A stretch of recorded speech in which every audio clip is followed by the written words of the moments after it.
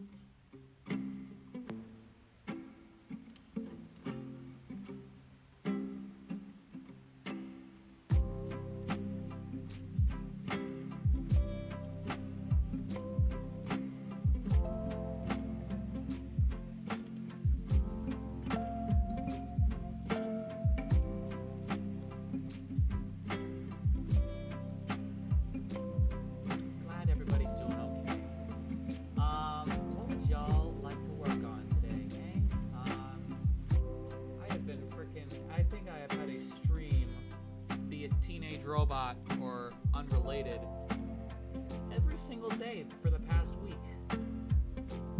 So I just want to I just want to make this stream nice and chill. So what do y'all like to do? Want to animate? Want to do some storyboards? Maybe some posters? What sounds best for you? Oh, should I turn down the music a little bit? I'll turn down that music right now.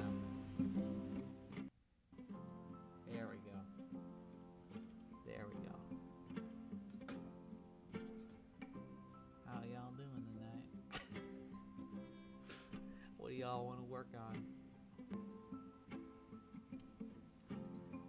Want to work on some background art, some character designs, some storyboarding, some animation? What sounds good to y'all?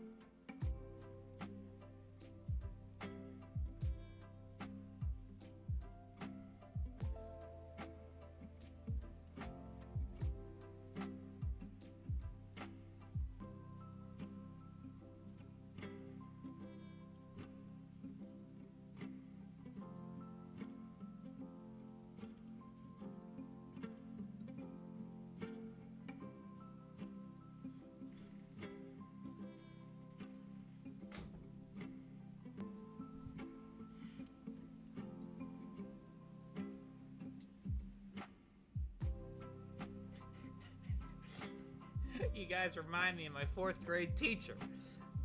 I ask, she tells me, time to write a personal essay. It can be whatever you want. And then I approach her with like, well, okay, I have like 4 ideas that I could go with. Which one sounds good to you? And I give her I explain all these 4 things that we could do. Oh, I could write about the vacation I had. Ooh, I could also write about, I don't know, I think this is 4th grade. I can write about my favorite dinosaur. I don't know. Or I can write about my favorite movie. Blah, blah, blah. Which one sounds best to you, teacher? Whichever you want, sweetie. I'm like, well, thanks. That doesn't answer my question at all. I'm giving you 4 options that I would like to do. How about you help me narrow it down, teacher?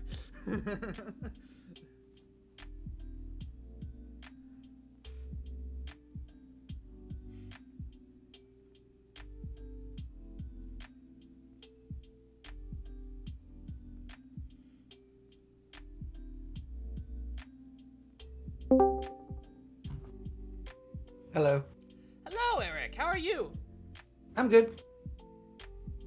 Good. Well, what's been going on? with this stream, nothing much. Just so far, just been chill. I'm Cool. trying to decide on what we're gonna do. Be it animation, drawing, posters, character design, background design, storyboarding. I hate Mondays.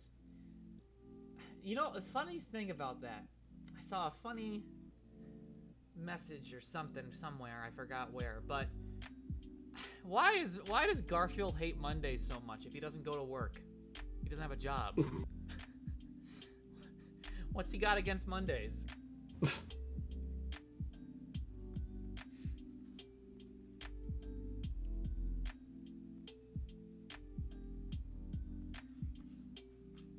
A lot of people are saying drawing, so I guess we'll start off with that, and then we'll work our way into either like storyboarding or animating once we get bored of drawing. It's been a while.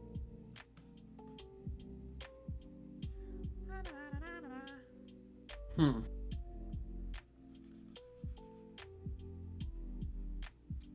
we are, just preparing the canvas.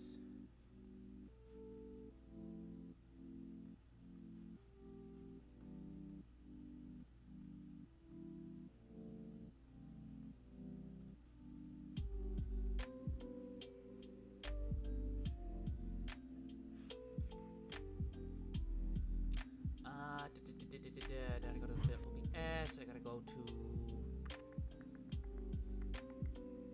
stop studio mode, please. Go to Photoshop. This one. Aha. Okay, here we are. What shall we draw today, audience? What do you want some? What do you want me to draw? Getting my ready.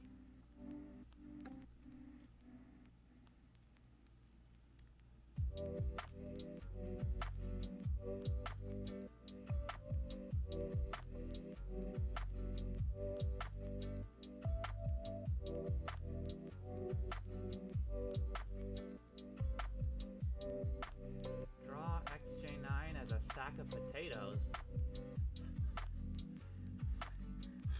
Okay.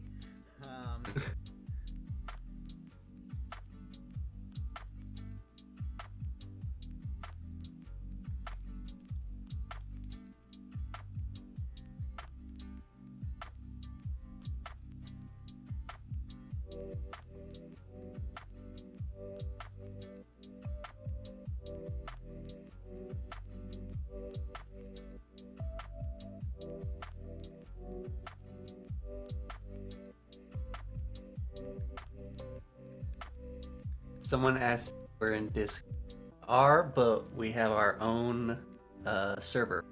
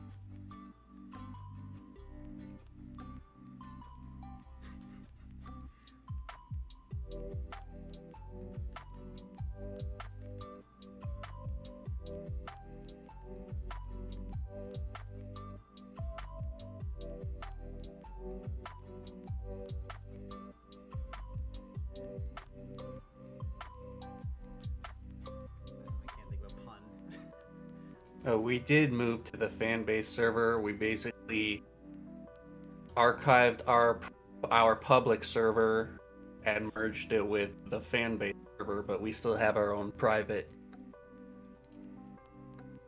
Oh yeah, we are We have a private Discord that we use for the production, and then we have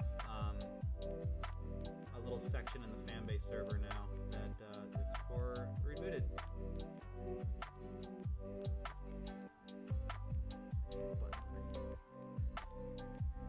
There we go. Potato sack Jenny. I couldn't think of a good pun, so. Spud Wakeman? I don't know.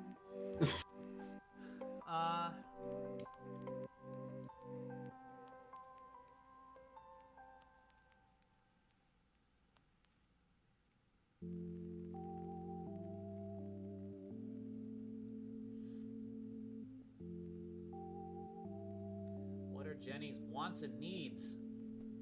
That's a fun question we've never gotten before.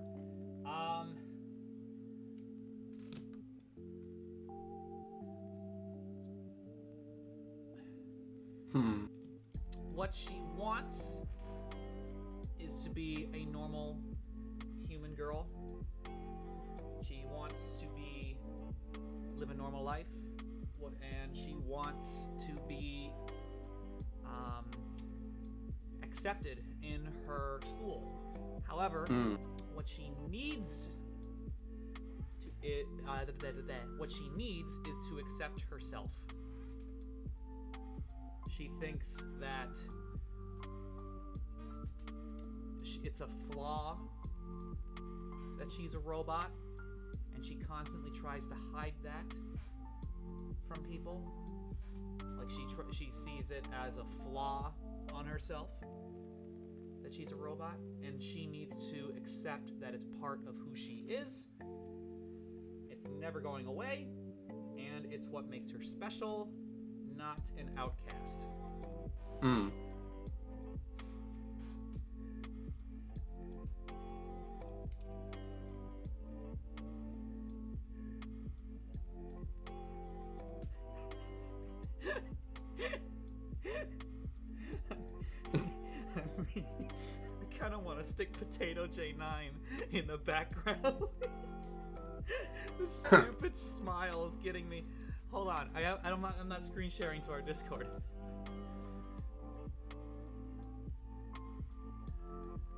I didn't think it'd be this funny, but the stupid smile. Somehow I can tell that it's wall-eyed, where like one eye's looking this way. Oh, my pen just died. There. One eye's looking this way, the other one's looking over here.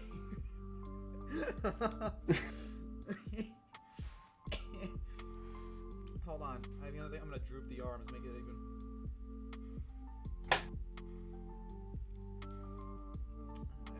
Come on.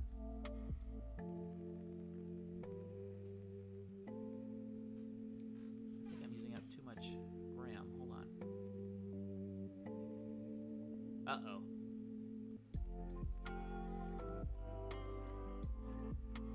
Oh, there we go. All good.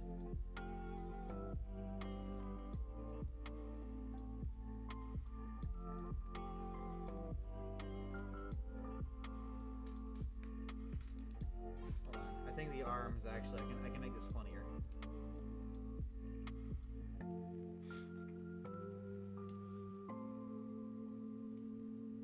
I feel like we can give a better name too. Yeah. Oh, come on. What is going on?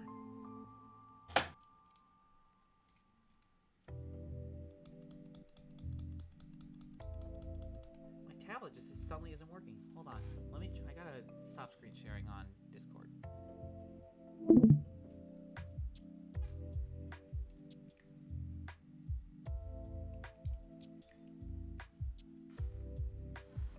What is going on?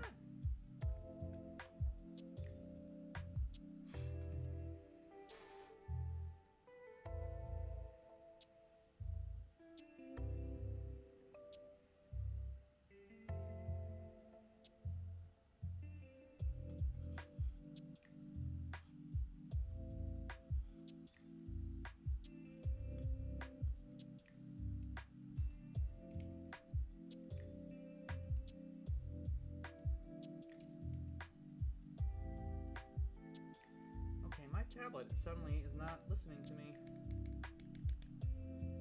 Is the cord loose?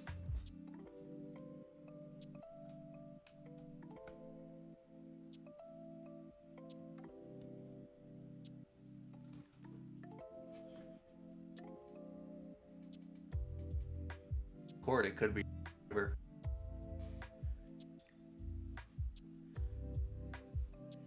Like it's moving the cursor, but it's not like clicking. Huh.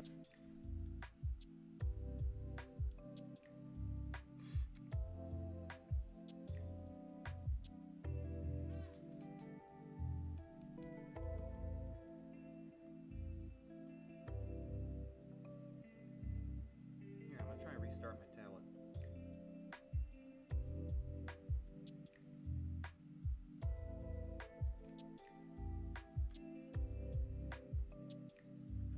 Is it a problem with the connection to the computer? Yeah, and when it's disconnected from the computer, it works fine. Like it. Like I'm currently using my tablet when it's not attached to the computer, so it's something to do with the connection. Plugging it back in.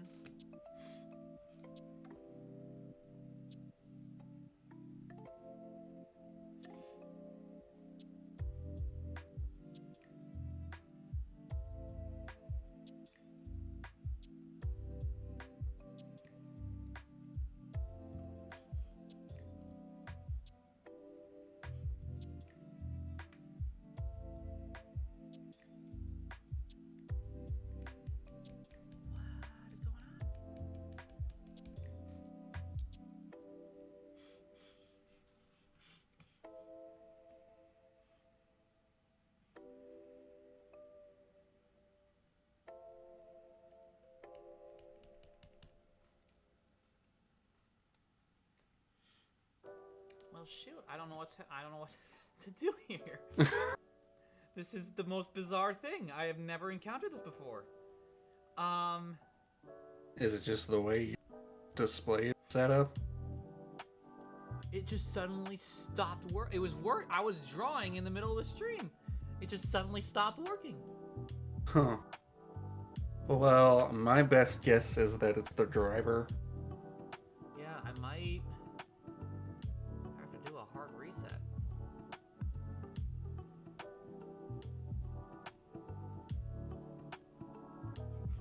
Alright, well, hang on.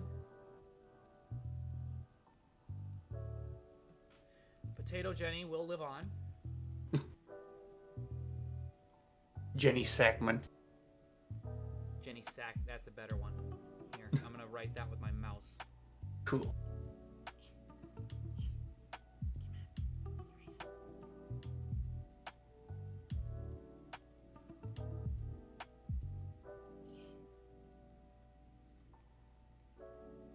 She kind of looks like a moldy pear.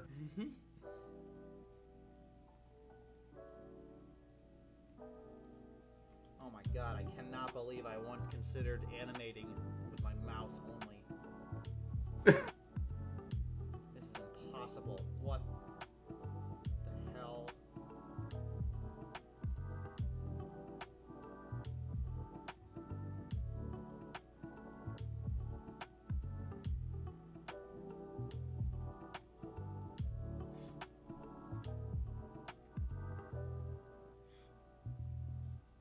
I wanted to add different arms, but I'll just save it just to save it. I'm gonna do a hard reset, so we might go dark in the stream here. But if I turn it back on quick enough, it should not cancel the stream outright. It should just cause a glitch, you know. So I'm gonna try and get my tablet back up and running. Because otherwise, all I can do is just sit here and talk.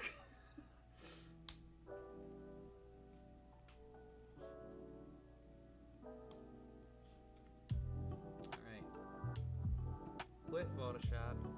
I think I might just like shut my computer down as if I have a power outage, you know? That might save the stream. BRB, folks. Cool. I'm gonna tame these people by myself for a bit. I know. Hello. Hello. Cool. Stream is dead. Cool. Still buffering on my. Oh. Okay. I think we're back. Yep.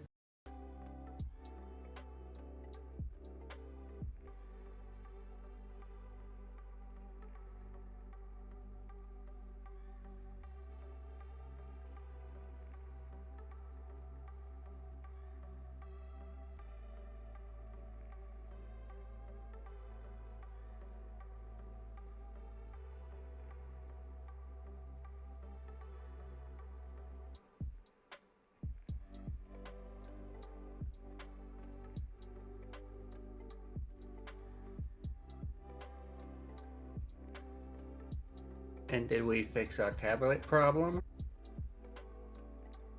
Cool.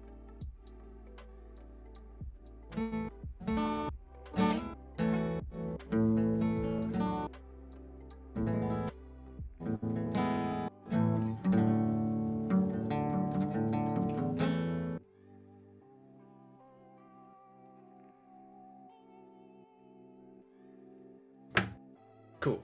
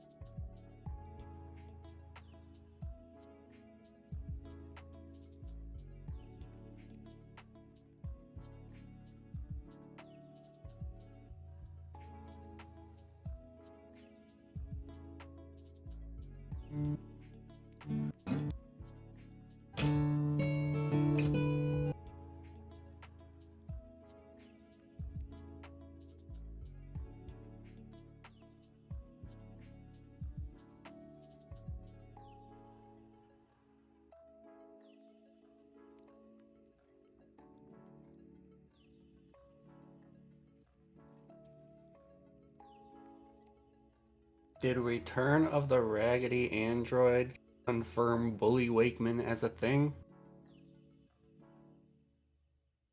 Don't know what Bully Wake.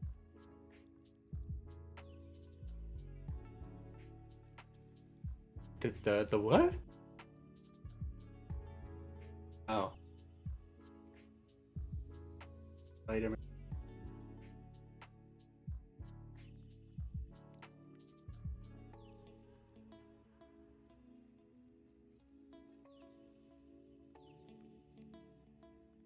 Hmm.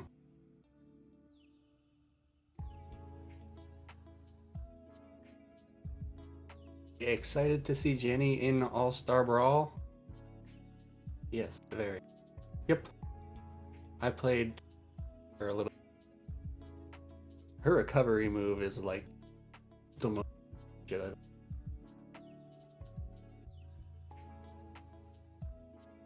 Her recovery move is fuck. There's no way you can fall off the edge. Cause she...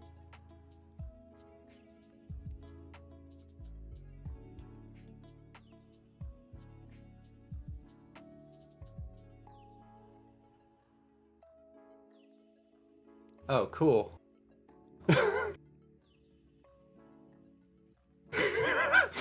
What I'm trying to say is that her recovery move is very powerful.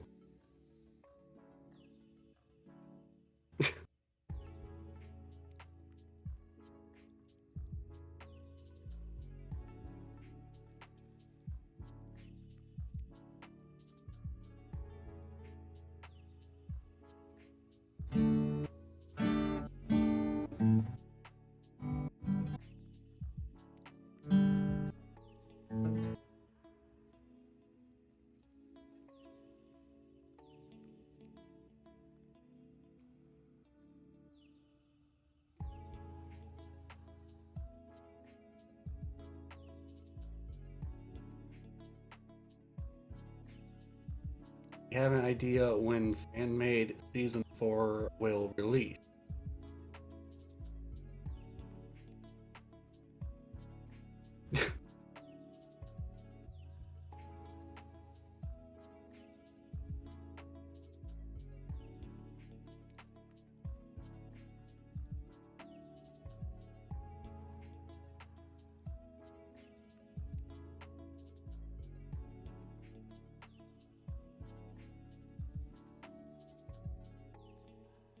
People are saying they can't hear then.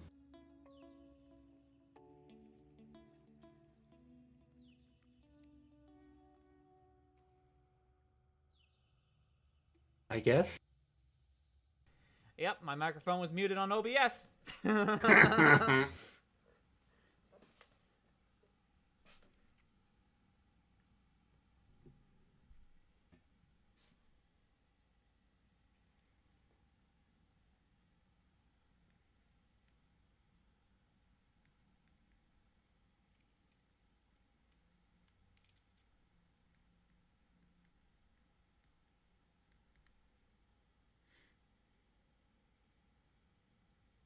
Did you feel bad for Melody from the episode No Harmony with Melody?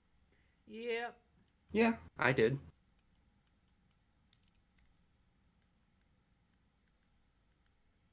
Yeah, I feel a lot worse. I'm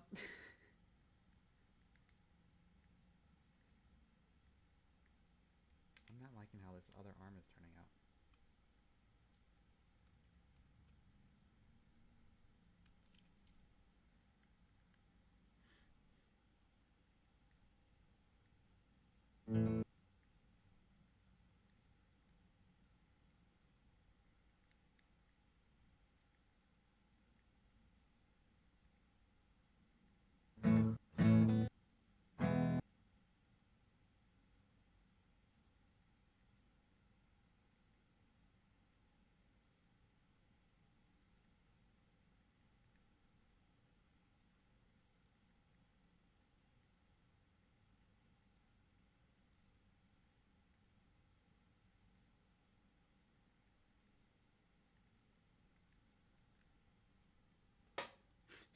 Huh.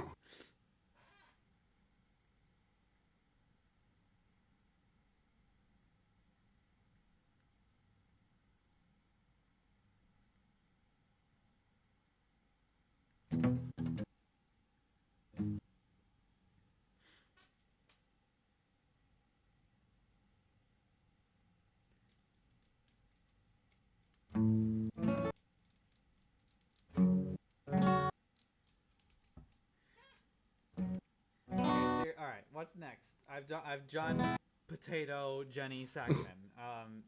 She has a robot arm that's stitched onto one side, and then her other arm is a stick. Like it's a bundle of sticks all bunched together until in the shape of a hand. So. Huh.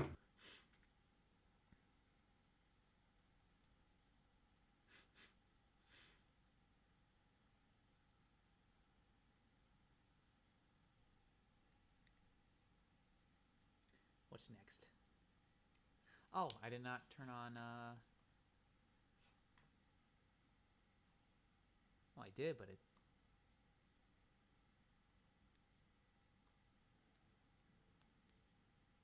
Oh, there we go.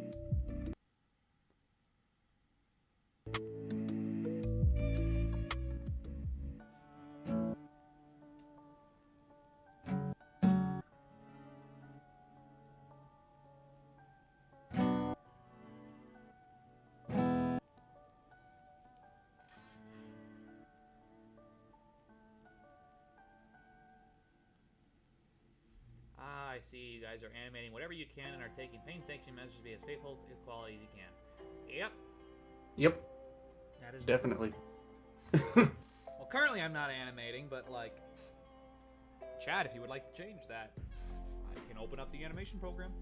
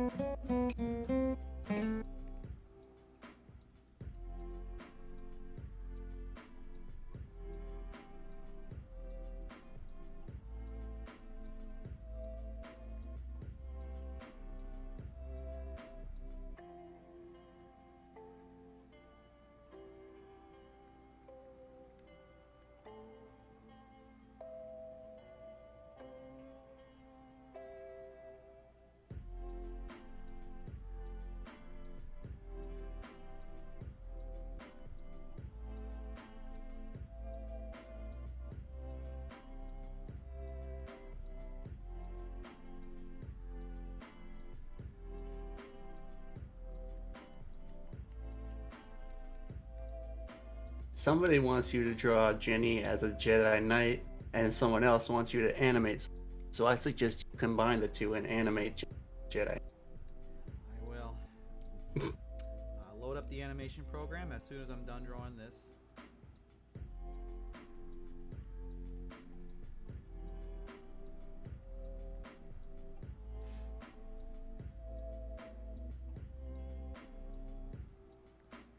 I wonder who that is. Wonder.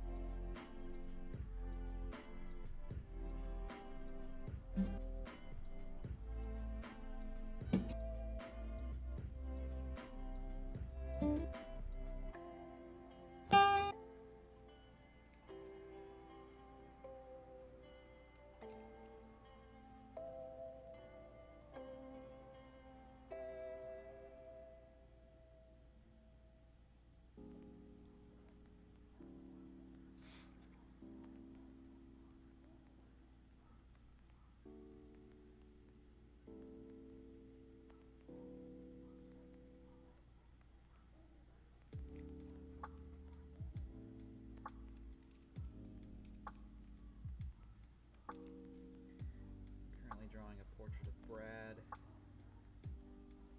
as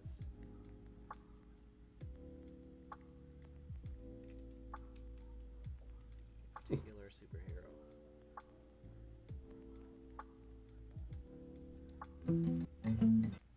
Just complete his head first.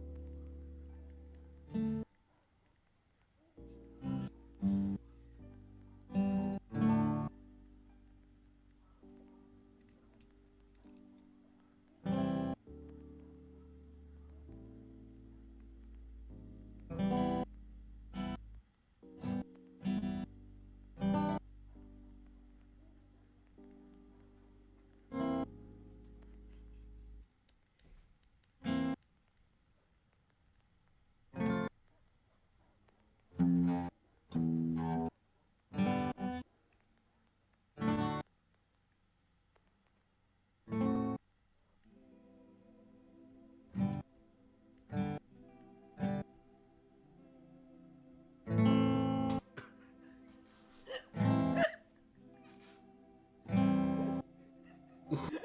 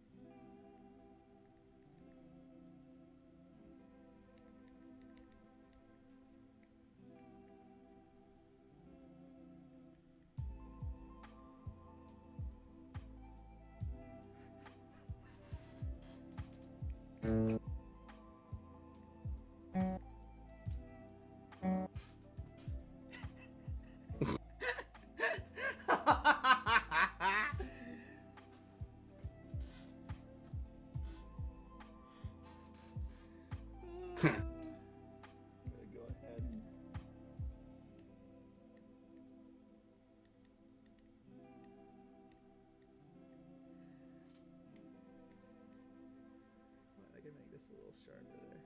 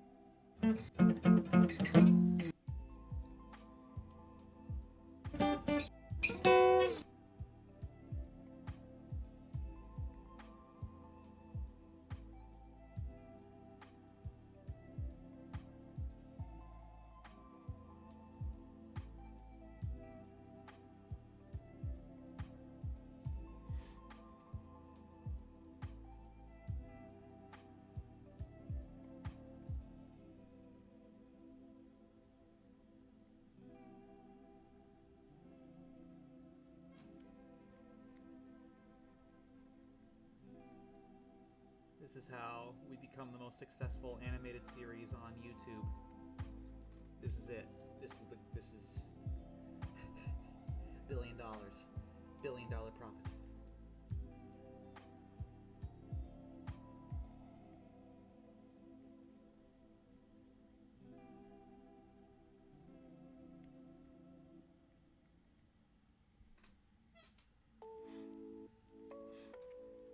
Did his hair change too? Does that happen in the movie? I don't.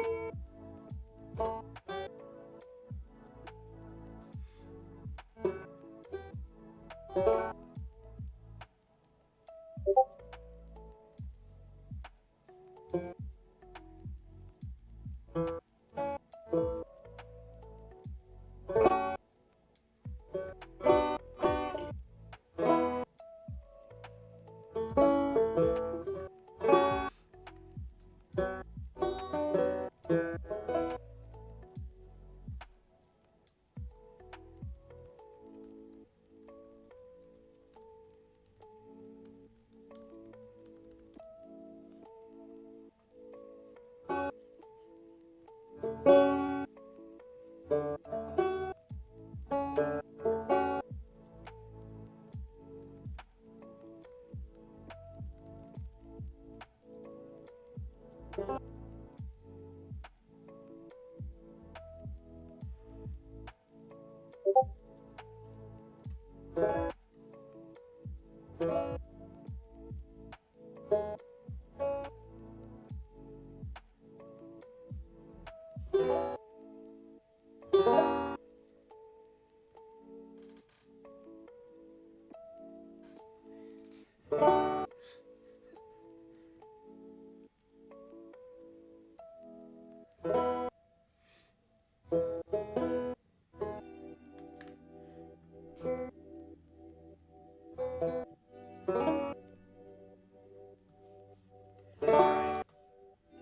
Should we move on to actual animating now?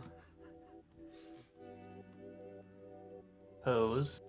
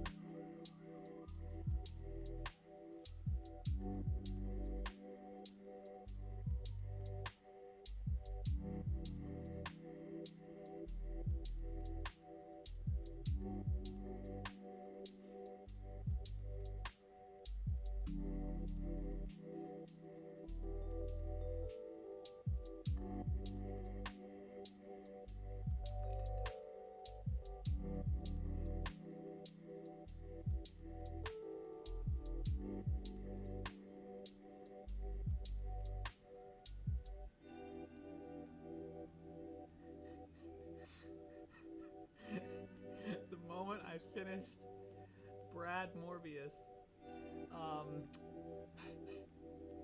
the stream count dropped to 3 viewers.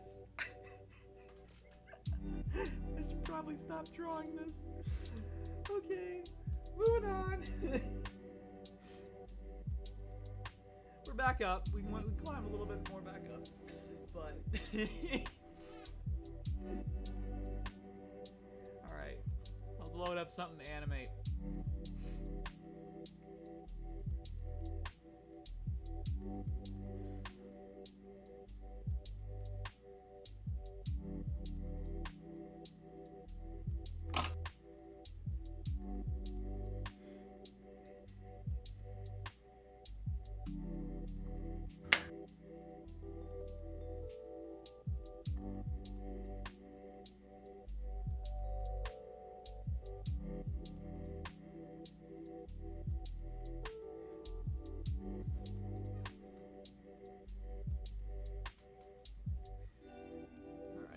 Here.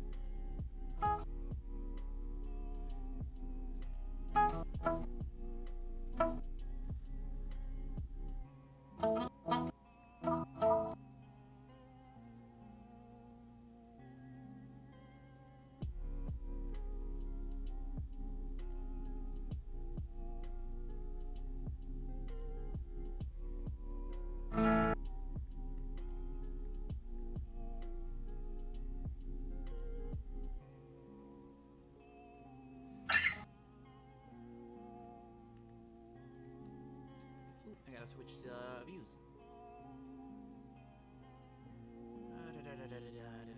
Go to here and harmony.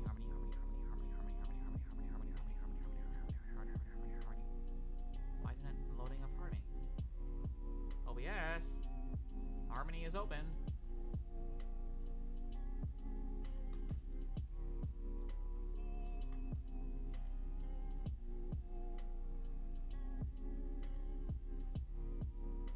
OBS, come on! Harmony is open! Show me the harmony option.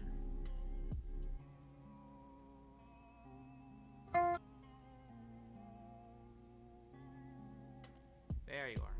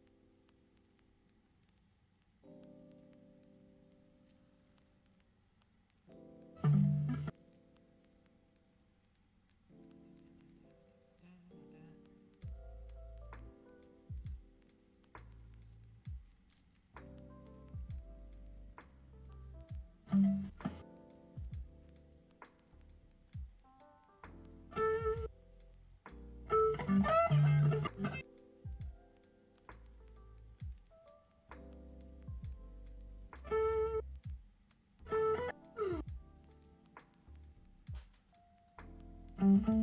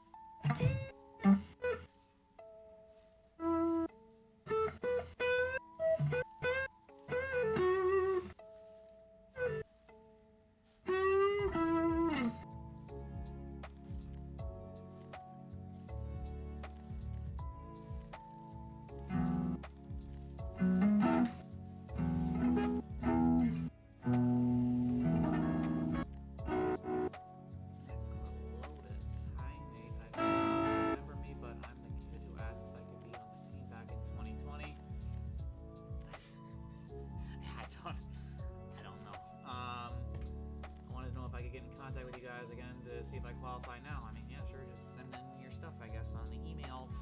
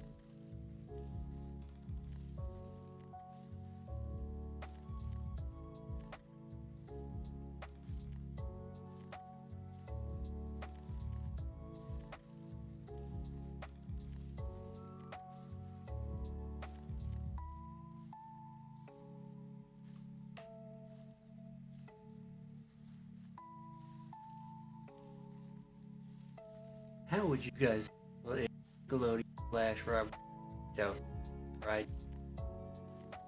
About rebooted and use them for a while, giving you credit. I'd be fine with that. But I doubt that's gonna happen. There's a whole number of legal things that would have to go through first in order for that to happen. Because we're talking about. This isn't talking about like us working for them. That is them essentially buying the stuff that we've done already. You know what I mean? That does not involve the teenage robot characters. I mean, because obviously they own those. They can do whatever they want with those. But the ideas, the storylines and stuff, that would be, you know, that's it. We did that.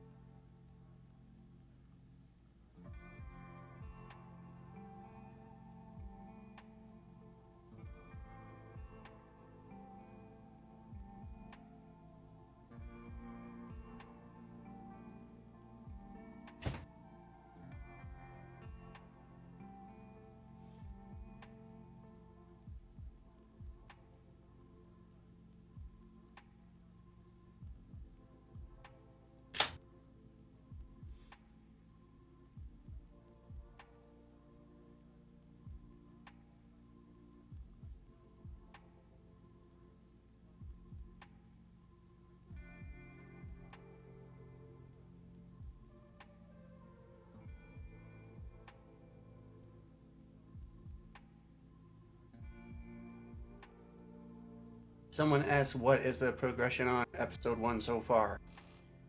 I'm trying to animate some of it. I really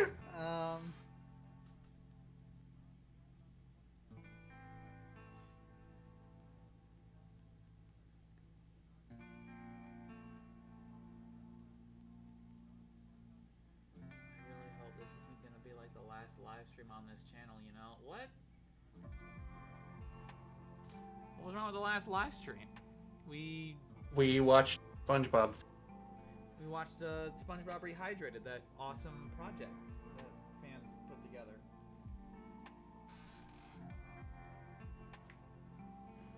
And I had to work on a different.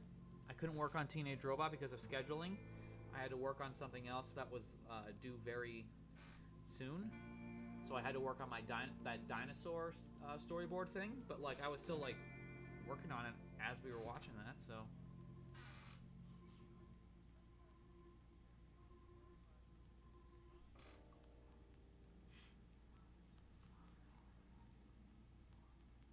Nothing wrong with a chill live stream. Mm-hmm.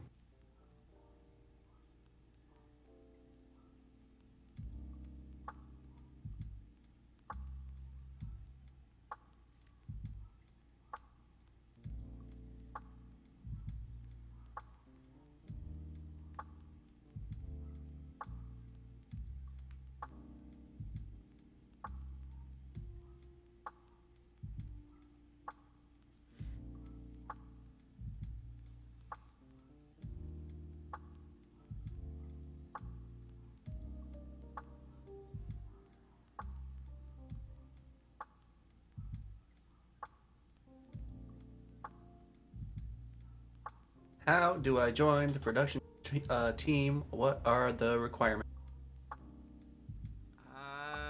Send in an email with your demo reel and what you want to do and stuff like that. There's information. Well, the information on the website's a little outdated. I give you that, but like, you know, if you want to be a background designer, send in some background art. If you want to be a character designer, send in some character designs. If you want to be a animator, which we really need some animators right now, trust me, send in some animation work. So, you know, email.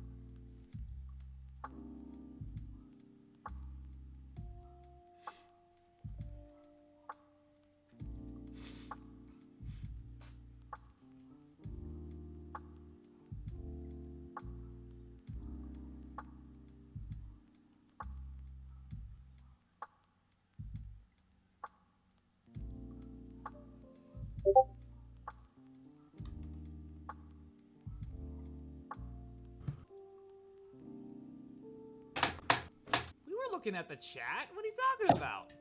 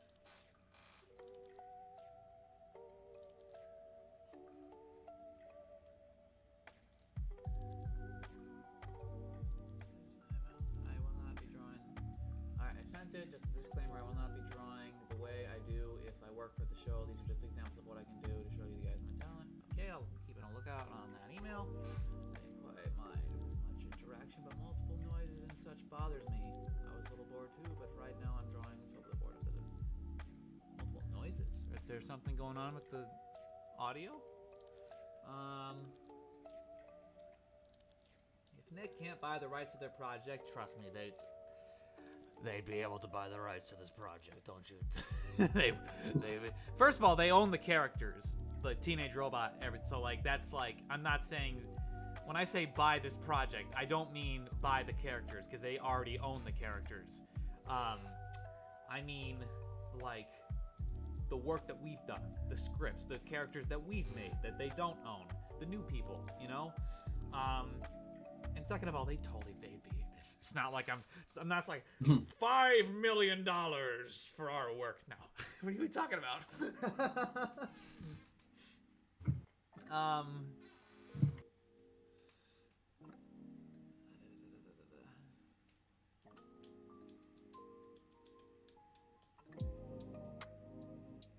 Nicktoons Unite. They would never do a Nicktoons Unite movie. Well, I guess never say never, but like, it's not a movie that they would do. I just don't see it.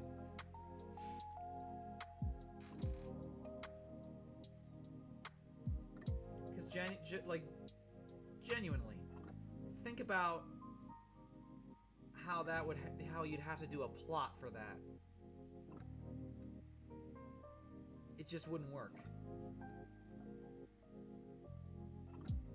It worked for the video games because they were video games and they were just excuses so you could get to playing your favorite character, you know? But in a movie, audiences are going to look for an explanation, you know? As to why all these characters that have not from the same universes are all of a sudden in the same universe, and on top of that, not questioning why they all look vastly different from each other. You know? Because, like, you can get away with it when all your people, all your superheroes, look like people, you know? But imagine if in the MCU, right, they did the whole portals thing, the whole multiverse thing, and then out comes, when a portal opens and somebody steps out and it's Daffy Duck. Like, everyone's gonna look down and like, that's Daffy Duck. What the hell is this? You know? Like, it'd look odd, is what I'm saying. Because you have characters that are just completely different from in terms of style, in terms of target audience. It wouldn't work. The only way you'd be able to do it is if it's self-aware. Because you can't even... Because, like, Cartoon Network gets away with it sometimes in their little bumper things. Celebrating their characters and stuff. But even then, those are always just meant to... They're like... The way they do it is like they just... They don't have a storyline. They don't have this big adventure that all these characters are going on. They just pluck their characters out of the cartoons and slap them in bumpers and put them in funny situations with each other, and that's it.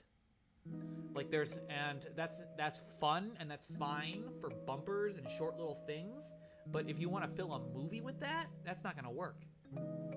So the only way you can get this to work with cartoon characters that are completely different art styles, completely different target audiences, and completely different worlds that they come from, the only way you're going to do that, get that together into one thing, is if you make some massive changes. And what I mean by that is, it's either A, you unify the art styles, and you pick an art style and you go with that, and you redesign all the characters to match that art style to uniform them all. which, you know, that'll get some uproars of people who don't like the look of those characters now. And at that point you're bringing them into one universe. And that has a myriad of problems in of itself, but like we'll put that to bed, right? We'll put a pin in that, I guess. The other option, the other big change, this was not a great movie, I don't think, but I mean, it's a way of doing it. Going the Chip and Dale route, where it was self-aware in the sense that all the cartoon characters existed in reality, and they were like actors and actresses that you hire on for a job to make a cartoon.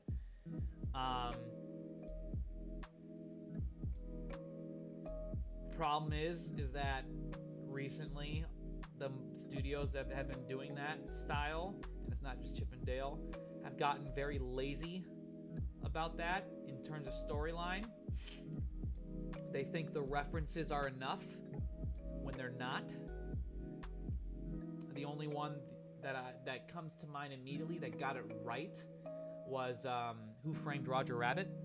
That was one where the characters and the storyline came first, and the references came second, to the point where they invented a cartoon to be the main character, that being Roger Rabbit. He didn't exist before that movie. They made him for that.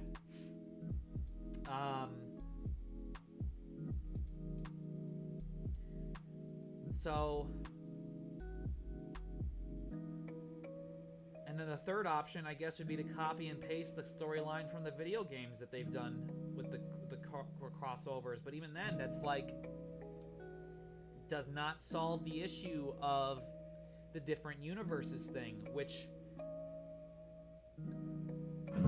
I'll point out some of them you don't expect to introduce any problems, right? And yeah, you'd be right to think that, with like Jimmy Neutron, for instance, and crossing over with Teenage Robot. That could work. They're both from, I'm talking strictly because of universes right now, not actual like interactions or art styles. They're completely different art styles. It's 3D versus 2D. Universe-wise, Jimmy Neutron comes from what is essentially Earth, with very minor differences, you know? Teenage Robot comes from a futuristic Earth with very minor differences, you know? Not too crazy. And in Jimmy Neutron, if a character falls off a high ledge, they will die. Same thing for Teenage Robot. If they fall off a high ledge, they will. If something doesn't break their fall, they will die. They will get a broken bone or something like that. Same thing. However, now you cross over to the world of SpongeBob, where it is very clearly not our world. There are characters that blow up, that rip their limbs off, that fall off, get singed to the point where they literally disintegrate and they're only eyeballs hopping around. That doesn't work for the cartoons that we've been, for Jimmy Neutron. That doesn't work for Teenage Robot. You are entering a universe that the rules don't apply, you know? Hey, I'm here, sorry. Livestream. Another universe that's completely different. Fairly Odd Parents. That has straight up magic. That, like, have you ever noticed that? Between Danny Phantom, Teenage Robot, Jimmy Neutron. Well, SpongeBob is an anything goes show, so I wouldn't say SpongeBob. I'm certain if I were to go back and watch some of the episodes, I'd be able to find some examples of magic. But in a general sense, Fairly Odd Parents is the only Nickelodeon show that had legit magic. You know what I'm talking about? So, like, there was, like, they did that on purpose, you know? They do that for marketing, so it's not, like, confusing for kids, where it's like, this show's got the fairies, and this show's got the blah blah blah. I'm confused. I'm a little kid. And they do it for their properties a little bit more what's the term? Lucrative is not the right word. It's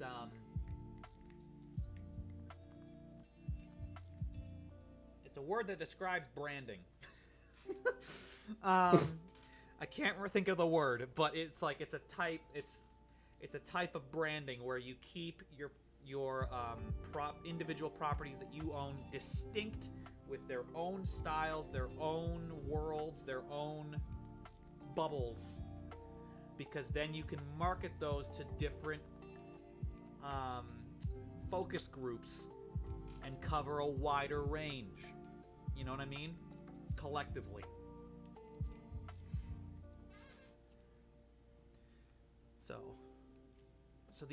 So the issue with a cartoon, a Nicktoons Unite movie, ultimately, is that you're dealing with, just to summarize, you're dealing with characters that have wildly different art styles, wildly different universes that they come from,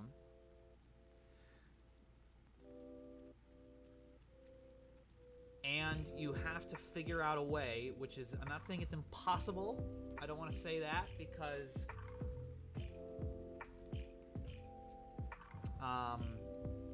it's not. It's just very, very hard to come up with a story in which you can put them all together in one room that is going to serve the characters and the story itself, rather than the audiences want to just see all the characters interact with one another. If you just want to see the characters interact with one another, you're better off asking for fun little bumpers like Cartoon Network did, where they just throw them all into a room and have a fun gag together, you know? Short, sweet, to the point, move on. Don't think about it too much. We don't have a big, overarching, complex story. We just have this fun little minute-and-a-half long bumper. Did you laugh? If you did, great. If you didn't, well, we'll get you next time. No, it's Into the Spider-Verse. It was all one art style. Into the Spider-Verse was very, they made you think it was different art styles when they came in how they moved and how they were animated, but the actual character designs were all the same art style, and that was the Into the Spider-Verse art style. The differences that made you think that they were different art styles were baked into the actual designs not designs, but it was baked into the, I'm blanking on this term. It's the, I'm going to use different words to describe it, but you know what I mean when I'm talking about. It's baked into the artistic rules of the overall Spider-Verse style. For instance, obviously Miles Morales and Peter Parker are meant to be essentially from the same universe. Let's look at the people who are meant to be from completely different universes, right? Spider Noir. He's just a black and white Spider-Man with wearing a trench coat and a hat. That's Spider Noir. There's nothing shape-wise going on or line-wise that breaks from the Spider-Verse style in Spider Noir. Penny Parker, who is very clearly meant to be from an anime Spider-Man show. Again, yes, she has big anime eyes, but those anime eyes work inside the rules of Spider-Verse as a whole. The way her design fits in the world of Spider-Verse. The way she's animated is a bit different. If you go frame by frame, you have some fun anime influence in there where she's making huge, big facial expressions. Sometimes her eyes go completely white, like some animes do. Sometimes she gets the sharp teeth from anime. You know, they have fun with that, but they never break the rules of the Spider-Verse style. And then finally, Peter Porker, the Spider Pig. Obviously meant to be from a Looney Tunes universe, but even in when this 2D character is brought into this 3D environment, they don't just have a 2D character walking around. They animate him in 3D like he's part of this universe now, because he's a visitor visiting a new universe. And even though he's animated with cartoon logic, he looks like he's from the same Spider-Verse art style. And that point is exemplified when you see the flashbacks of where he comes from, and it is a completely different art style.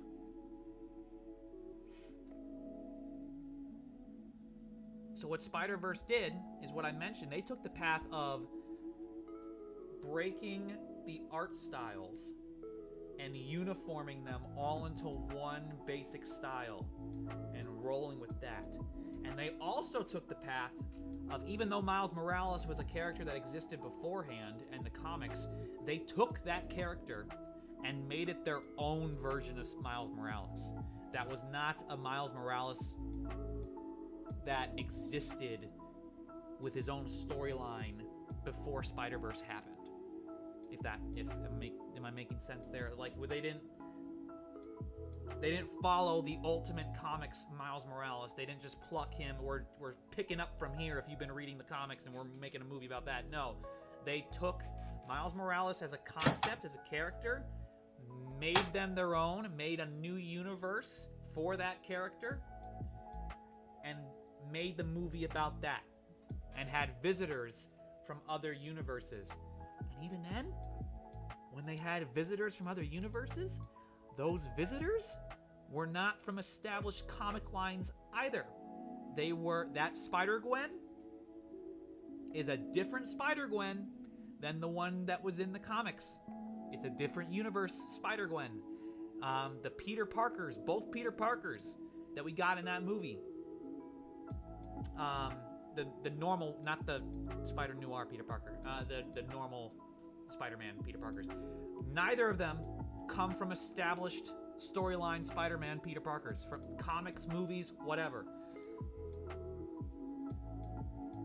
So, back on the Nicktoons thing, if we were to make a Nicktoons Unite movie in the vein of Spider-Verse, we would be taking a character and ignoring the series in which they're based on and making our own story and setting them up right then and there. This is a teenage robot. Let's pretend it's teenage robot, right? I'd be taking Jenny, Wakeman, Brad Tuck, setting up a completely different universe in which is not canon to the main teenage robot storyline. I'd be opening portals to other universes like SpongeBob, Jimmy Neutron, Danny Phantom, that are all these three universes are also new and not canon to what is already exists on the show. And when I bring them in, I'd be changing their art styles to match this new universe that I'm setting up for Teenage Robot, this Earth 2 Teenage Robot. And that is how a Nicktoons Unite would work if you were to go into the direction of Into the Spider-Verse. So, long story short, too late, I know. It's not a concept that I see working for Nicktoons. You'd be better off just having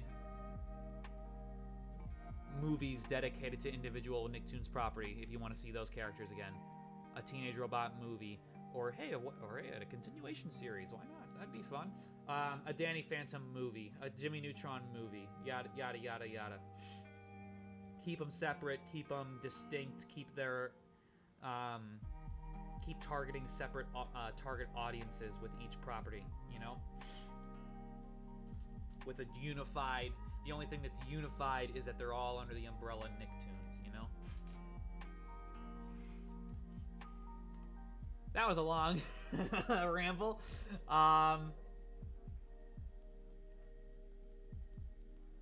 I completely forgot there was a live stream. That's I need to apologize. I was just too busy, like, getting an application in for the Sponge Out of Water Rehydrated project. I wanted to quickly research. They have a Discord if you want to join it.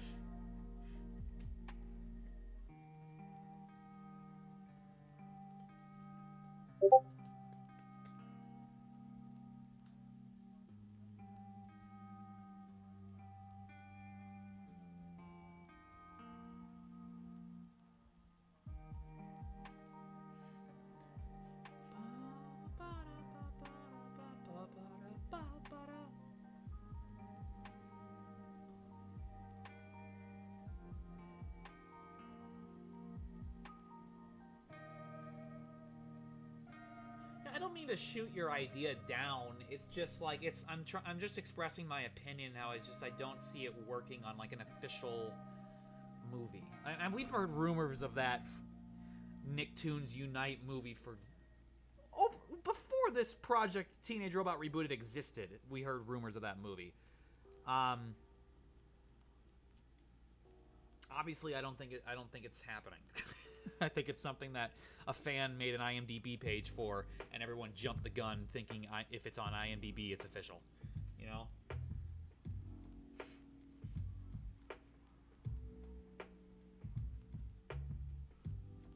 What you know? IMDb is a lot like Wikipedia in that anyone with an account can make a page about anything. I can pretend I'm making the next Godzilla movie. I can go in and just add my name as a director to a Godzilla movie if I did an IMDb account.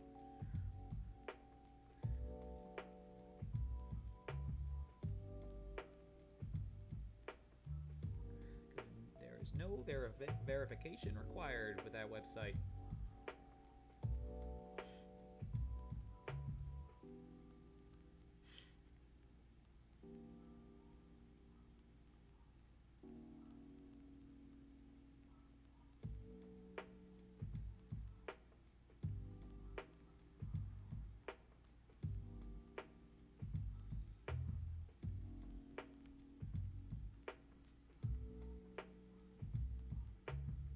Which has more amazing powers, Robot Boy or Jenny Wakeman?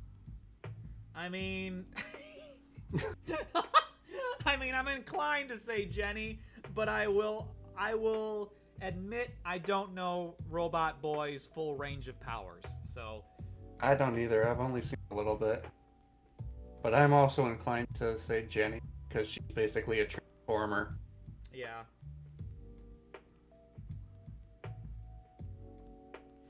I'd go with Jenny as well, because I have not seen.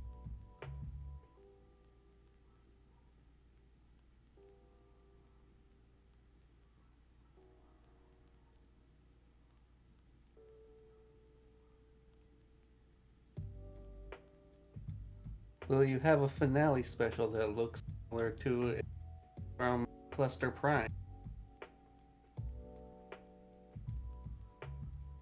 Maybe. Possibly. Let me see. What was the question? Will we have a finale special that looks similar to Escape from Cluster Prime? Where's the Incredibles? We get there when we get there.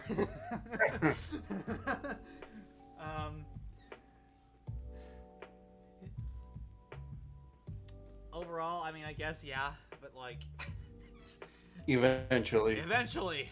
We don't even have the first episode done yet. What are you talking about?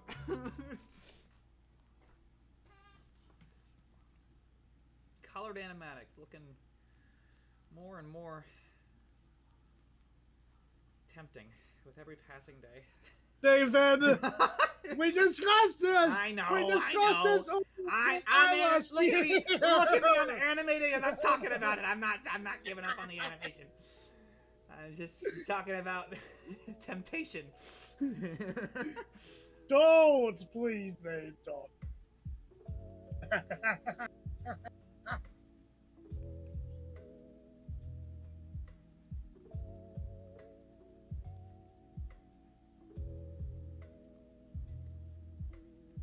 Will we have James Rolfe and Doug Walker appear as guest voices.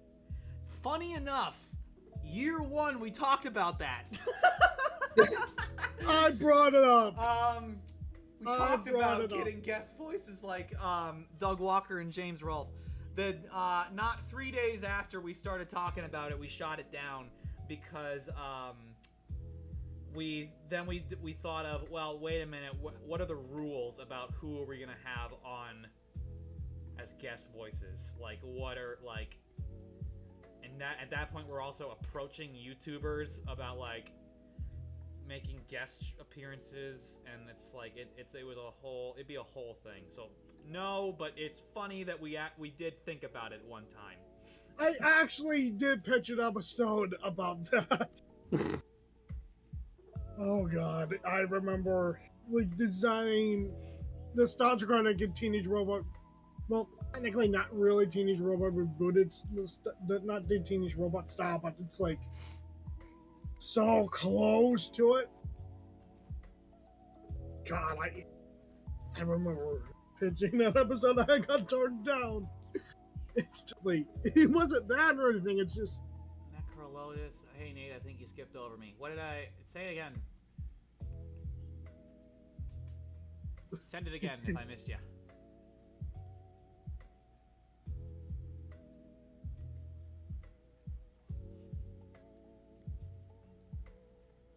Sponge out of water resurface. I'm interested in that project. I need to make sure that it's the same people though. I don't want to like.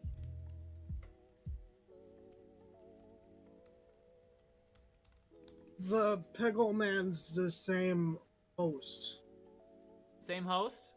Yeah, the same host, I think. you said you think.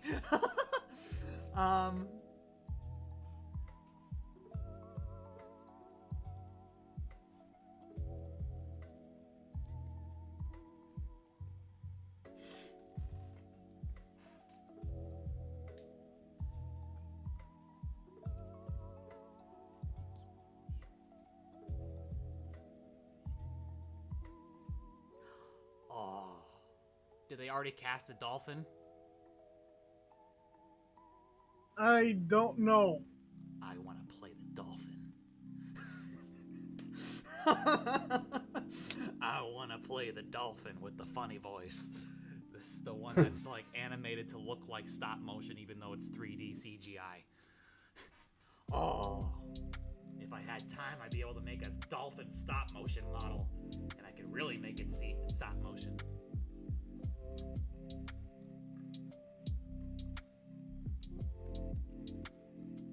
Right? That was it. Because like the texture looks like real. Bubbles is the name.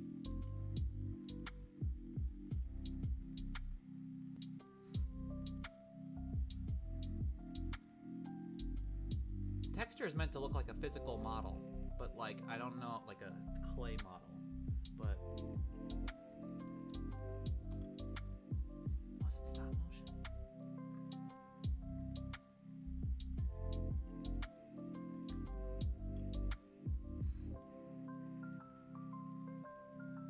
You can check the casting call club on there if they casted a dolphin. Oh, Bubbles is a stop motion puppet. At least according to this Wikipedia page.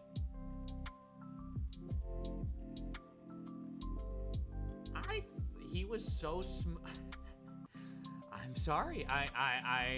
He was so smooth. I thought he was CGI.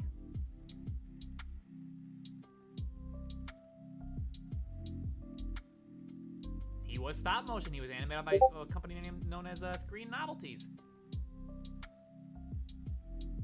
My bad.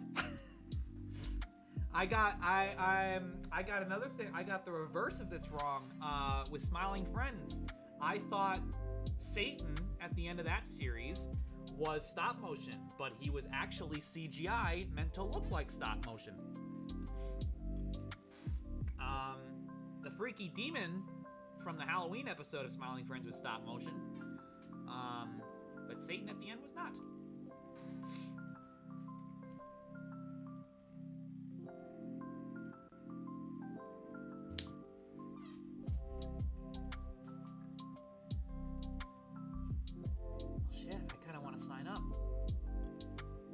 I need to make sure though that it's the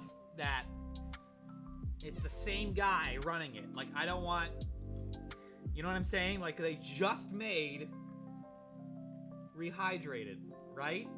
The first movie we had. Right. I don't know. Like that's why I need to make sure it's the same person, and it's not some copycat who is going, well, they made a Rehydrated one. I'm gonna make a sponge out of water one. You know, I want to make sure it's the same guy, not a duplicate, copycat.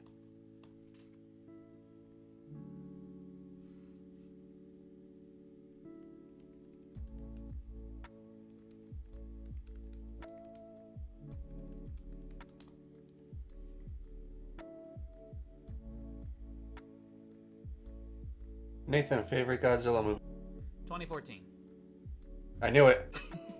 And that's not because it's the best Godzilla movie. No, the best Godzilla movie is 1954, easily. It's just I like 2014 a lot. Like it's the cinematography, the color choice, the designs of the creatures.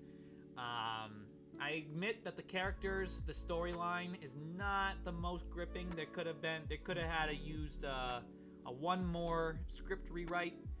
Particularly, it should have been about Ford and Joe Brody, Bryan Cranston's character. It should have been about them reestablishing the relationship as father and son. They should not have killed Joe Brody off in Act 1. They should have kept him alive and made it so... This is how you fix Godzilla 2014. They should have made it so Joe Brody was obsessed with helping out and learning more about these creatures, right? And like how to defend against them.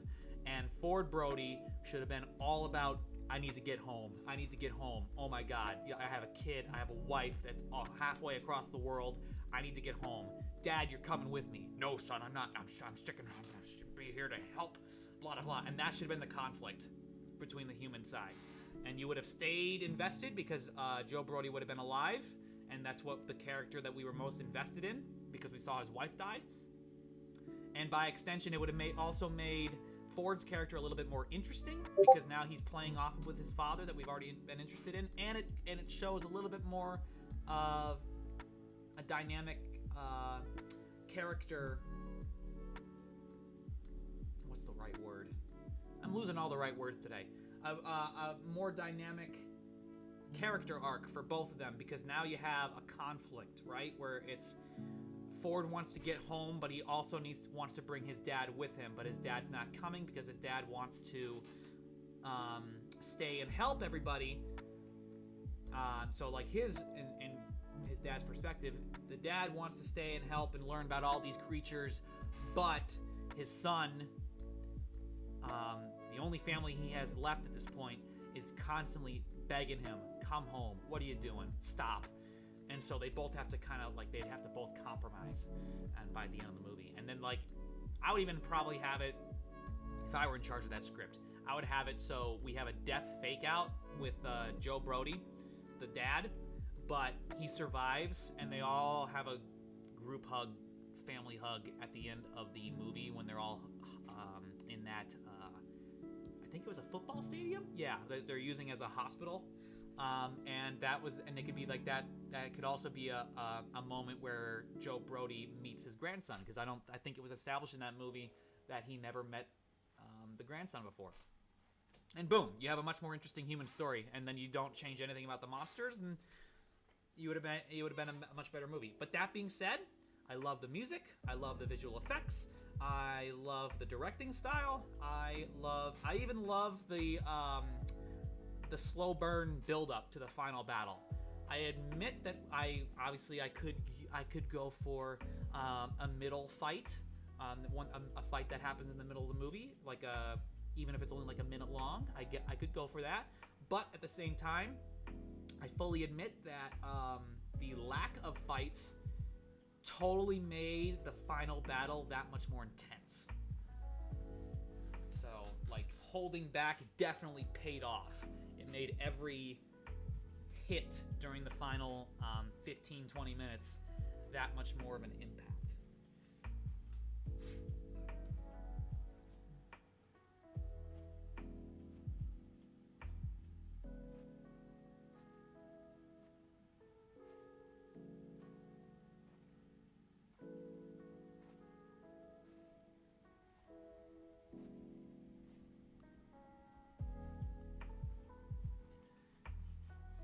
about the movie for a long time. Did I ever tell everybody?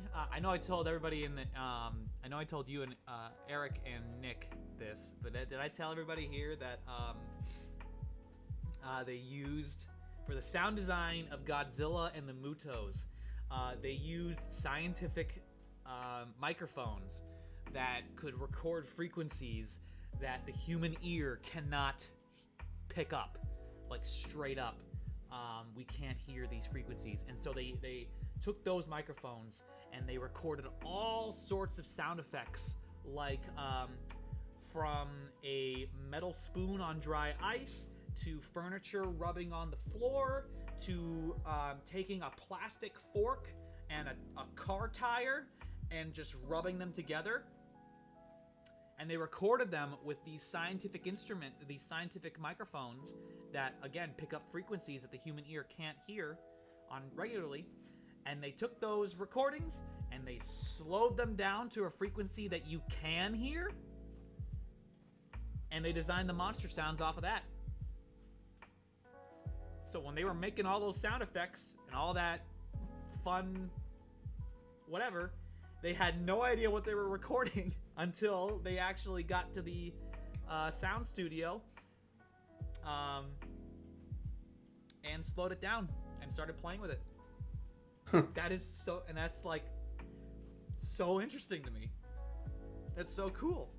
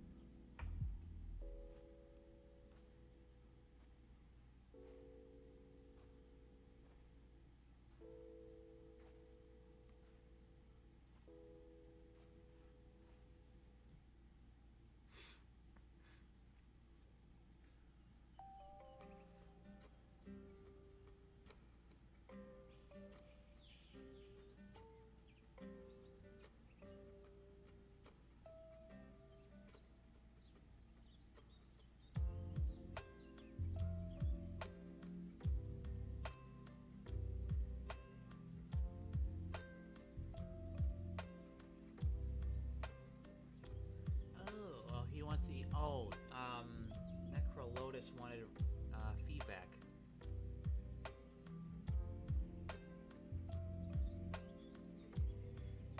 I think I remember.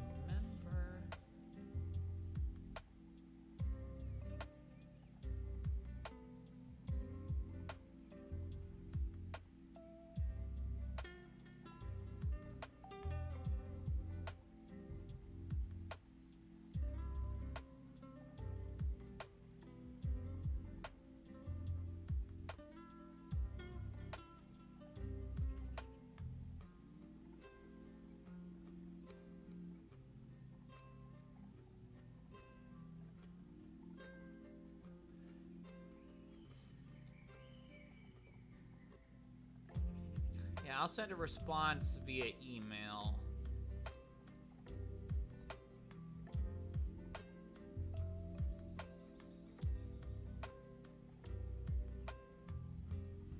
How would you feel if there were Star Wars references to the Clone Wars and Teenage Robot?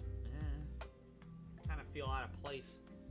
Are there even any Star Wars references at all in Robot? Yeah, but what they did was they took Star Trek and Star Wars and they merged it into Trek Wars. Huh. And of course Sheldon is the one to bring that up. Like he's the one to like mention Trek Wars.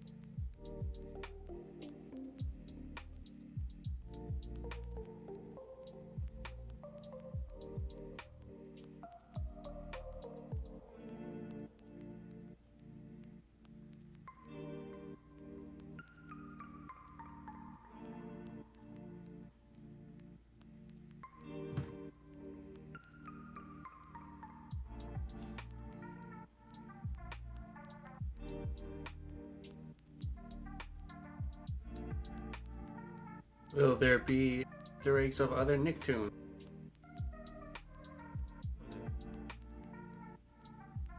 there be Easter eggs of other Nicktoons that like nods at the series? Yeah.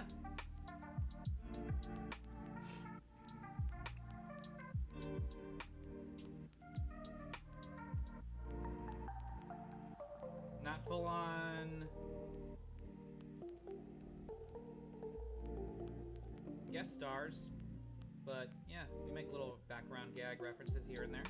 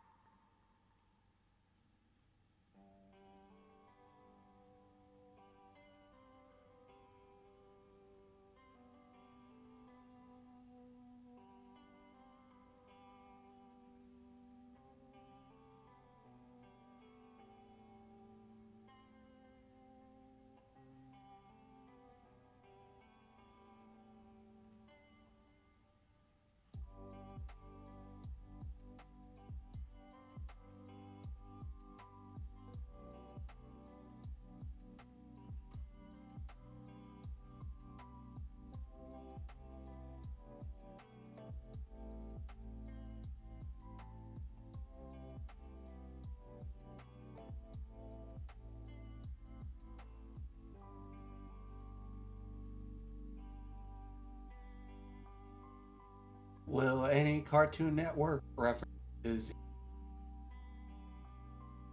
What?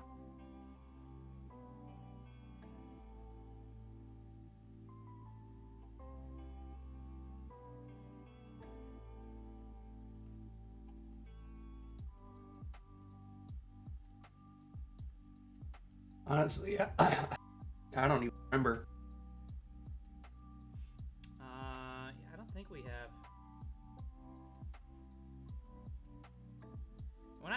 I'm not talking about like references to. We're not like. There's not like. Oh hey, if you look in the background, there's SpongeBob right there. He's standing there waving at the camera, or like, hey, they're eating a Krusty Krab burger. What's the Krabby Patty? Krusty Krab burger, Krabby. They're eating a Krabby Patty. Look at that. We're not doing anything like that. It's like where they like verbally acknowledge SpongeBob or Jimmy Neutron or whatever. It'd be like in Brad's room. There's a hidden picture of Arnold from Hey Arnold, in the sense of like not a literal screenshot of Arnold or a drawing of Arnold or like a Right above his light desk. Yeah, he's got a light desk in his room with a bunch of pencil scribbles, and on those pencil scribbles you see a vaguely football-shaped head with little eyeballs and the weird hair. And that's like, hey, if you look at this with your head tilted one way, look at that, it's Arnold, you know? Those are the kind of references we hid in some of the backgrounds.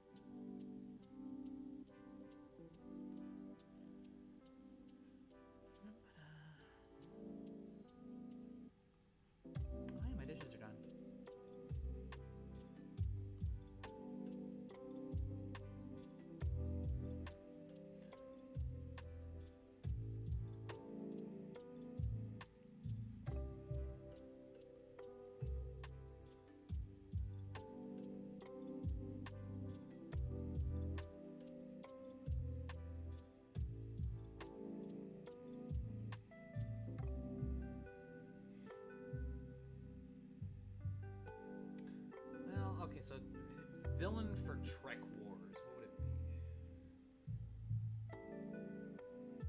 be? Hmm.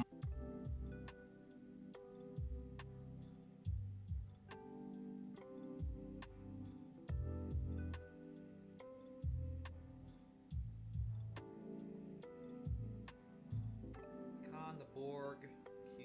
I don't know enough about Star Trek to answer that. Yeah, I don't know a lot about Star Trek either. Yeah, I guess Darth Khan. Yeah. Because the Borg, I understand a few things. Because I know the Borg is, from what I understand, like a computer race, robot people that assimilate things. So like the Borg like assimilate planets and species and stuff like that. So there's not really comparable to something like Darth Vader. Meanwhile, Khan, wasn't it like he had a whole planet or something that he was like ruler of or something?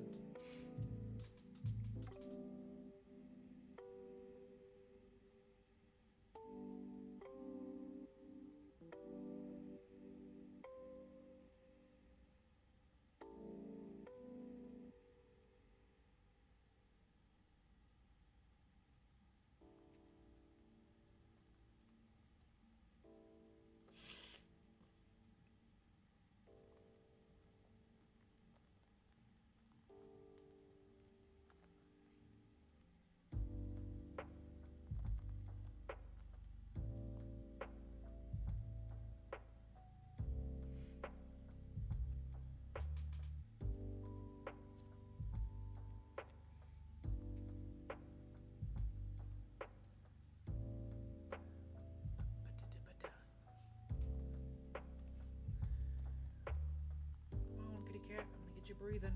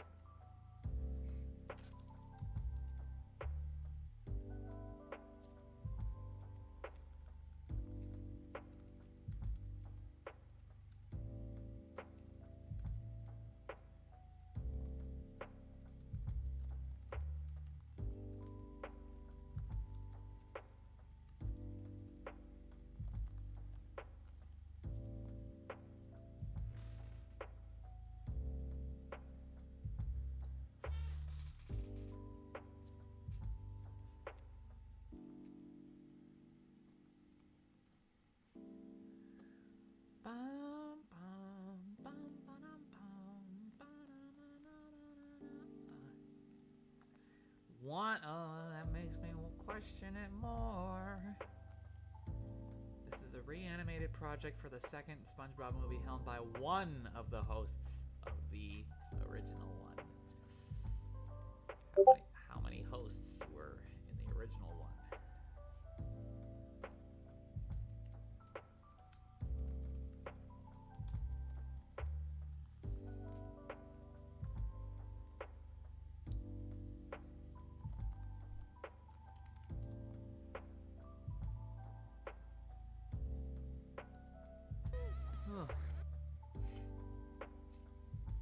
Oh, hey, they got it set to not made for kids again. That's neat.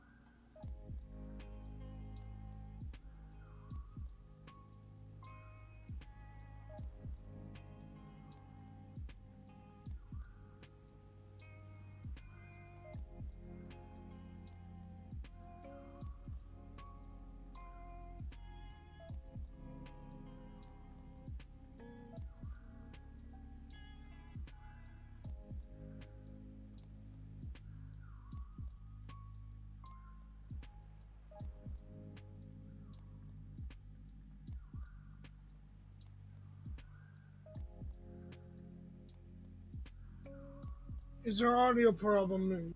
No. SpongeBob gets love. There ain't any audio problems. They're just. Yeah, we're just not talking. I'm hypnotized by Nathan's animation. I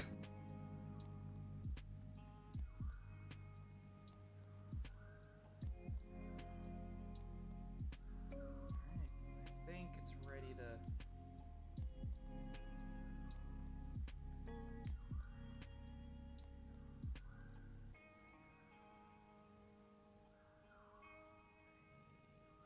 Reverse.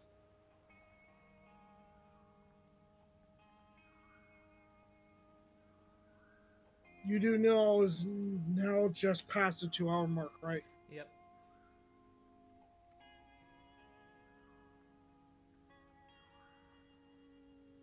That's really jittery right there, but it's going to be covered up by the face, so I'm not too concerned. Body looks good. A little bit of jitter in the top little portion there, but it's going to get cut off by the camera. In fact, yeah, you can hardly notice that. That's not so bad. How's this jitter going? That's pretty good. No jitter there. Shoulder.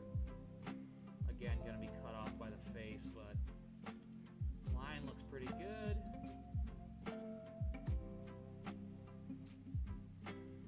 Did anybody see the new Batman movie?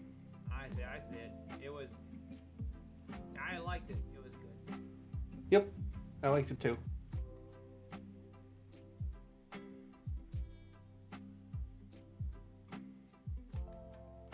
Best Batmobile chase too that I thought. Oh yeah, for sure. I thought that was way more intense than anything that Tumblr did, which I don't mean to no disrespect to the Tumblr. Great design that they completely invented for that movie, and they built the thing. That's great.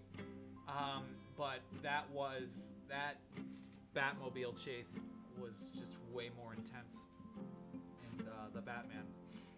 Mm. And I love it. I didn't watch, I don't think, any of the trailers. I didn't watch any TV spots. I didn't watch any trailers. I hardly paid attention to the posters. I just heard that Matt Reeves was directing a Batman movie, and it was going to star Robert Pattinson, and it was going to be about the Riddler. And I'm like, all right, I'll go see that. I don't need any convincing. I don't need to see any TV spots or whatever. And I'm so glad I didn't watch that stuff, because it made, I think they put too many reveals in the trailer. I went back and watched the trailers after I saw the movie. I'm like, oh my god, they should not have put that shit in the trailer. They put the what are we? It's like 2 months since its release, so I'm assuming those who cared about seeing it saw it. They put the scene where Riddler was in the coffee shop in the trailer. Like, why would you? That's the scene he gets caught. Why would you put that in the trailer? They put the scene. This one was the one that blew my mind. They put the Batmobile reveal scene in the trailer where he jumps out of the fire.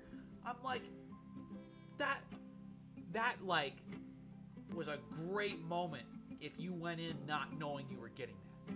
You know what I mean? That was like when Penguin was going, I got you, and then you just the music, the strings just scream as he bursts through the fire in midair, and like it's slow motion, and Penguin's got that like horrified, like, oh my god, and then shit. It was so great. Like, not only did they put that in the trailer, but they released a clip of that for some like television thing. It's like, no, that is a moment you keep secret, you know? Tease the Batmobile if you want to. That, like, okay. But that's so much better if you don't know what's coming. Because I expected it. Obviously, I didn't think the Batmobile was, like, gone or destroyed. Batman was dead. But like, I was expecting something more along the lines of like, I don't know, the Batman comes out of nowhere, like as if it didn't crash at all and crashes into Penguin anyway, like, or if he like comes out in front of him or for some I'm Batman or some random reason, or boringly he just drives through the fire. But no, it's the fact that it was like in the air and then lands and it was still on fire as it was in the air and driving towards them, and it's like, that was so cool. That was so cool. And another great example, along with 2014, that it knows how to make gray tones beautiful, in the sense of like, and obviously it's not a gray tone movie, but it like, in those dark, gloomy night scenes where there's a lot of clouds, a lot of grime, a lot of blacks and grays, the cinematography and the lighting and the color choice knew how to make all that look really, really pretty.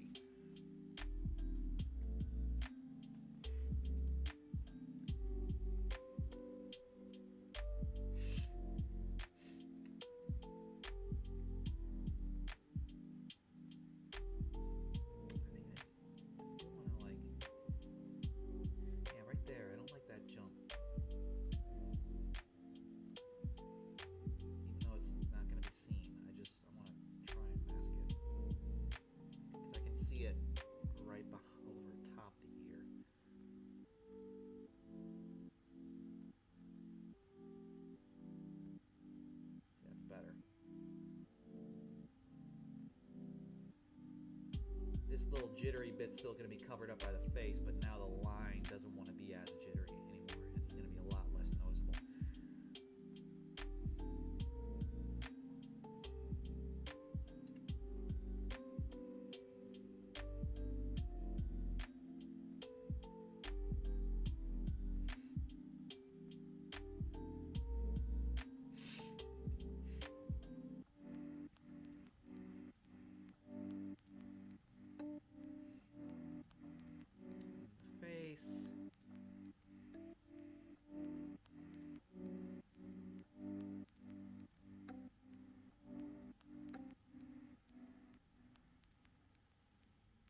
I want to be as detailed as I did with the close-up. The close-up, I animated the whole face whenever the eyes squinted, because like I needed to, because we were like right here. Here it's more of a medium close-up. I might be able to get away with not seeing that detail.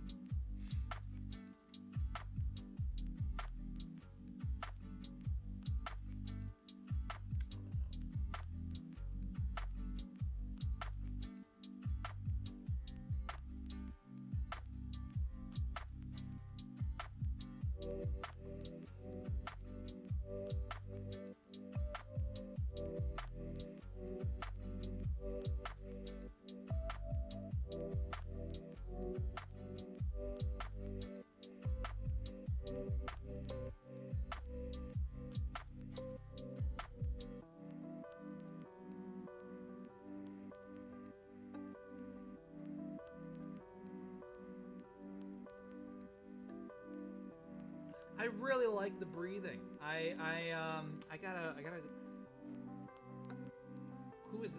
Who started animating the cat breathing? Was it Ironbeard? BYRD? Iron Bird. Iron Bird. He was the guy that started animating the cat breathing, and I'm going back and like adding it into the shots and stuff because it looks so good.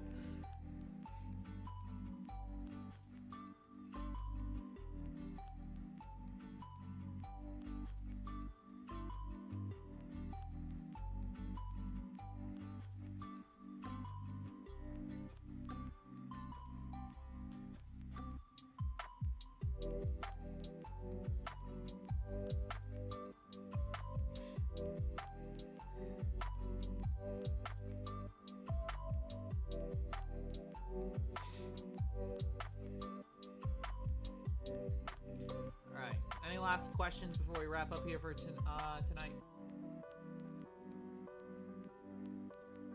The rumor is the sequel will have Mr. Freeze. Yes, I really want... this aesthetic for the Batman was red. I want the next one, the aesthetic, to be blue. I want it to be set in the wintertime with snow, and I want the villain to be Mr. Freeze. And I want them to go full on in with the wife is in the cryogenically frozen. Make it about relationships in that regard. You can parallel that with Batman's own relationship issues. I mean, I know Catwoman drove off to Bloodhaven. I don't know if you'd want to bring her back, or if you want to bring in a new love interest in the form of like I don't know, Vicky Vale. It's Bruce Wayne. He's a playboy who can't hold a date because he's so obsessed with being Batman.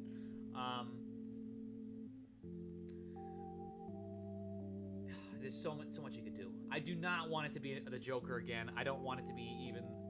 I mean, granted, we never got a true Scarecrow. I mean, we got Scarecrow with the Nolan films, but we never, like... He had the gas, he had the mask, but he never, like...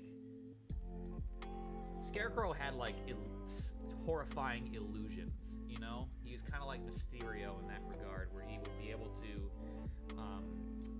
with his fear toxin, make you see things that are horrifying, you know? And we didn't really get that with Nolan. It was more so... Well, they saw things, but, like, I mean, like...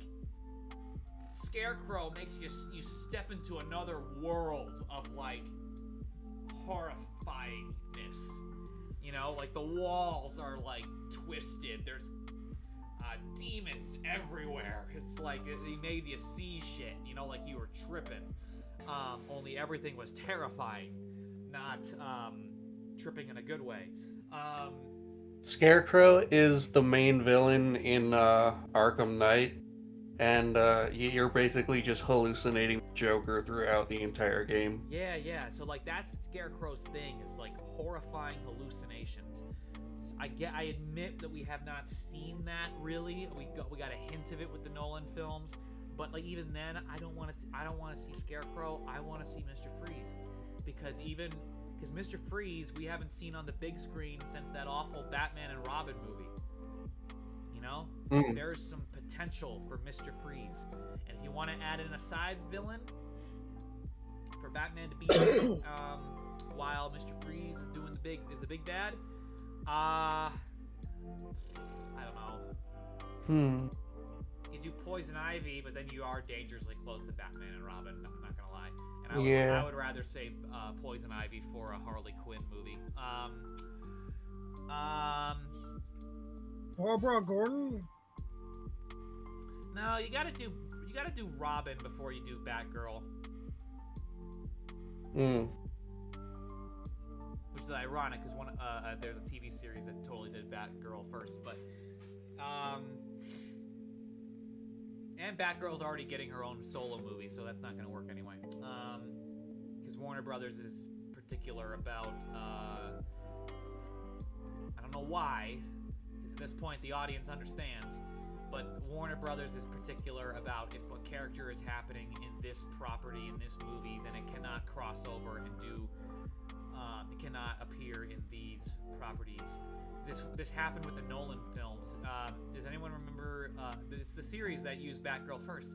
The Batman TV series. Anybody here remember that? Is that the one where the Joker has weird dreadlocks? Yes. And the reason why they gave him such a weird design is because they wanted him to fight back. They didn't want him to just be a man that Batman punched. They wanted Joker to punch back. But anyway, that series, while they were allowed to use the Joker, they were not allowed to use Harvey Dent, Two-Face, or Clayface, or Ra's al Ghul, because all of those characters were being used in the Nolan films. And Warner Brothers did not want any brand confusion going on. And so they allowed them to use Joker, They allowed them to use Bane, and that was it. They could not use Ra's al Ghul. They couldn't use Talia al Ghul. They couldn't use the League of Shadows / Assassins. They could not use Two-Face Harvey Dent. And so that is also why in that series, Clayface is essentially combined with Harvey Dent in the form of Ethan Bennett. And the only reason I know these names is because me and my sister watched that show a lot as kids. Like, that was our Batman the Animated Series. We still watch Batman the Animated Series, but we watch the Batman more. Anyway, where was I going Killer with? Croc rumored as a side villain. That's awesome. If that's true. Killer Croc, I mean, if they make it work, Killer Croc has always been like a stooge. I've never seen him like he's like a C villain, you know what I mean? He's never been like, there's A villains who are like the headliners, right? Mr. Freeze, Joker, Riddler, Bane. But then there's the B tiers, right? And that's where I would consider like Poison Ivy, right? Poison Ivy's kind of a B tier villain where I don't think you could make a Batman versus Poison Ivy movie. I think you'd have to like have her be a side villain to one who's more, because every Batman villain, what makes a great Batman villain that can carry a movie in and of itself is the villain offers a different side to Batman himself, right? The reason why Joker works so well as a Batman villain is because he is the antithesis to Batman himself. The reason why Ra's al Ghul works so well as a Batman villain is because because he helped train Batman, and B, so he's got that connection, and B, he sees the world in a similar lens to Batman, but he also has a twisted version of it, you know? So, like, that, it works in that direction. There's Poison Ivy's thing is she's got a thing for plants, and she thinks plants are should be the dominant species on Earth, and she, very pro environment, anti people and animals sort of way. Poison Ivy is. That doesn't really reflect anything from Batman, you know? It's just it's an interesting villain. I like Poison Ivy. I don't think she can carry a movie. And Killer Croc is someone who is like, he's a big tough guy who has weird looking skin. That's Killer Croc. You know? Although he plays a pretty big role in Arkham Asylum, and there's like interview tapes throughout the game that you find, and yeah, true. Like, I believe the Arkham series, what didn't they do they made him so like people were experimenting on him like genetically, and so they and at one point he asked the doctor if they can cure him, right, and make him normal. So they do give him a bit of depth. But then you have to sneak around through his lair, and it's terrifying, and it gave me nightmares. I think in the original game, wasn't it like that's why it was so controversial to bring Scarecrow back for night? Doesn't Killer Croc seem to kill Scarecrow? Yeah, but you know what? I think right at the very end, it has a shot of like an arm coming up and grabbing a crate of the drug, whatever it's called. It can be one of three people's arms. It can be Bane's arm, it could be Croc's arm, or it could be Scarecrow's arm. I guess they went with Scarecrow. Yeah. Well, no, it's random. Like every time, it could be one of three people's arms. Does Jenny's hot rod look give you vibes as Lightning McQueen's designs from the World Grand Prix? The World Grand Prix to the Florida 500, Cars 2 and Cars 3. He first got his flames in 2. I would say no. I'm not gonna lie. She just looked like a flaming hot rod version of Jenny, you know.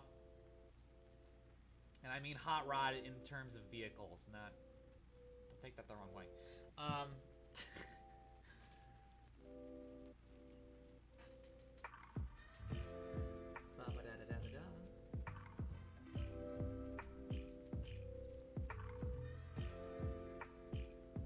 Jack from the fan base. Hey, Jack.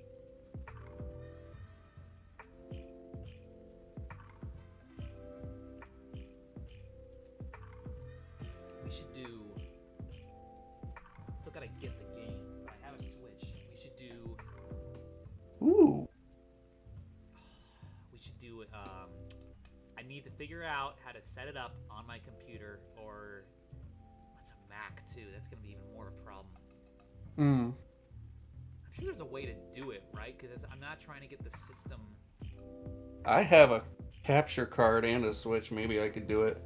But we should totally do a stream where we just play that Nicktoons All Stars game. Yeah. And now that I'm down. Now that Jenny's in the game, right? That'd be fun.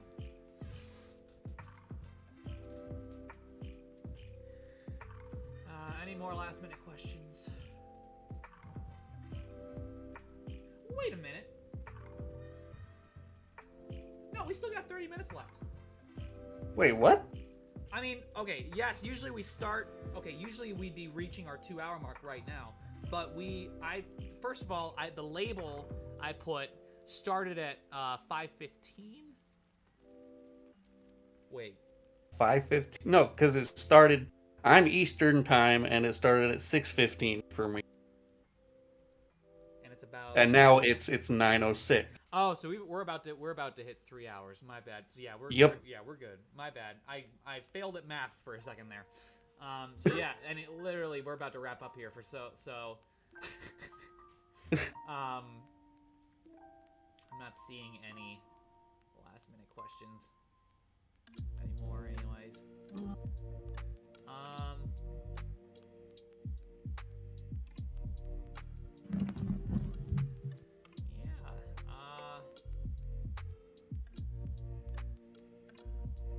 All right. See you guys on Discord. Have a lovely day. The next live stream, if all goes well and nothing comes up, should be on June 26th. So, yeah. Bye Have now. a great night. See you guys. Thanks. Later. For Bye. Bye. Bye. Bye. Bye.